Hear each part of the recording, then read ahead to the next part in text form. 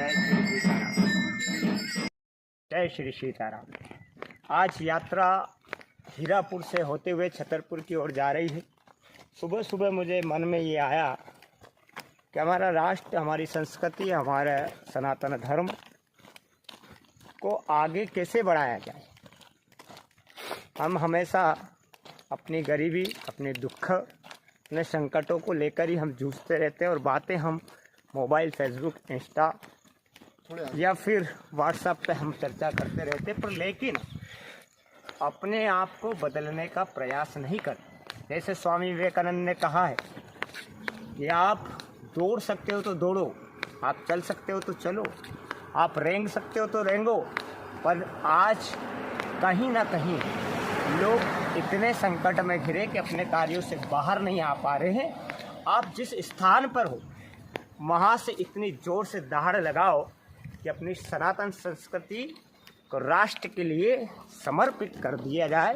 इस प्रकार कार्य करना पड़ेगा। दूसरा, मैं कल यात्रा के दौरान मैंने देखा कि हमारे लोग इतनी दरिद्रता में क्यों वो समय पर कार्य नहीं करना चाहते।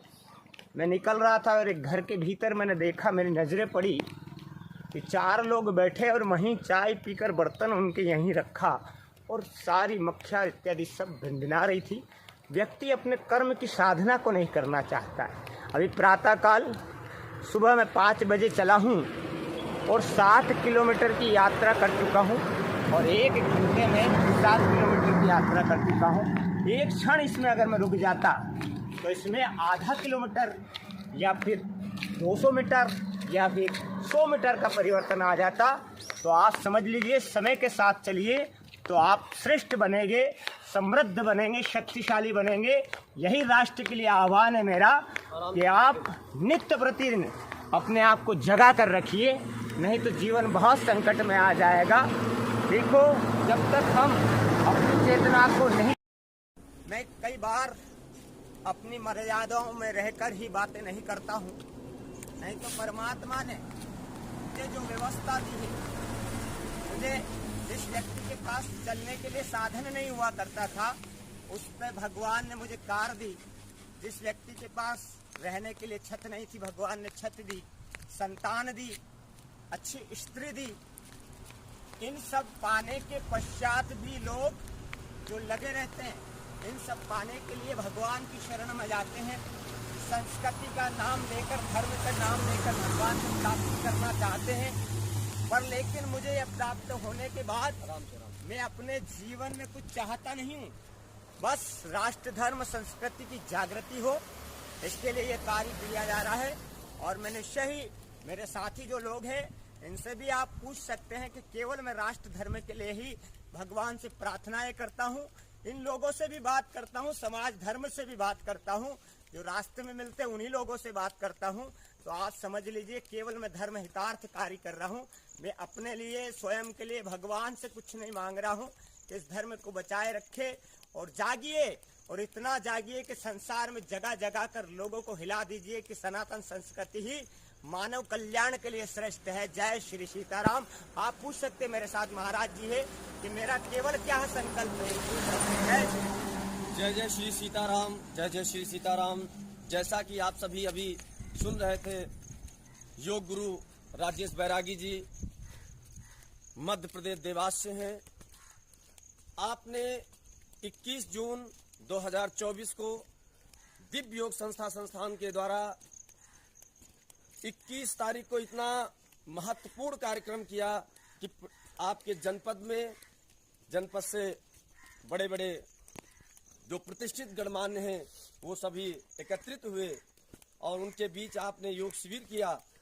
उसके दूसरे दिन आपने संकल्प ले लिया अयोध्या पद यात्रा का।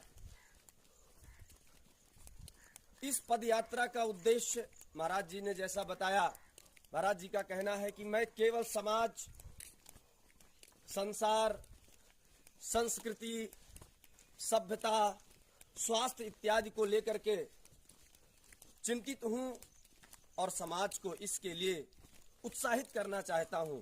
बिल्कुल आपका कहना सत्य है। आपके द्वारा समाज में ये संदेश अवश्य पहुंचे कि स्वस्थ शरीर ही समाज में कुछ कर सकता है। आज हमारे देश में बहुत से ऐसे नागरिक हैं, बहुत से ऐसे समाजसेवी भी हैं जो अपने आप को समाजसेवी कह करके केवल आडंबर करने का कार्य करते हैं, और बहुत से ऐसे नागरिक हैं जो अपने आप को युवा तो कहते हैं पर उनमें युवा जैसा ओज नहीं है। मैं उनसे आह्वान करता हूं, आपकी ओर से आह्वान करता हूं कि वो जागृति में आए, अपने शरीर में पुरुषार्थ, अपने शरीर में सामर्थ्य लाएं, अपने शरीर को ऊर्जावान बनाएं, ताकि देश, समाज, परिवार, घर इत्यादि के लिए कुछ कर सके। क्यों? आज हमारे समाज में बहुत से ऐसे बच्चे हैं जिनको अगर 1 किलोमीटर भी पैदल चलना पड़ जाए तो अपने माता पिता के सामने गिड़गिड़ाते हैं, रोते हैं कि नहीं, हम तो नहीं जा सकते। मैंने बच्चों को देखा है कि अगर वो चाय पत्ती भी लाने जा रहे हैं, माँ ने अगर चाय पत्ती भी मंगाया और वो अगर 500 मीटर भी उनको जाना है तो वो घर के मोहल्ले की किराना की दुकान पे भी अगर जाते हैं तो उन्हें साधन की जरूरत होती है, उन्हें संसाधन की जरूरत होती है। अगर बगल में कहीं कुछ सामान, छोटी मोटी चीजों को लेने मार्केट बाजार जाना है, उसमें भी लोग जो है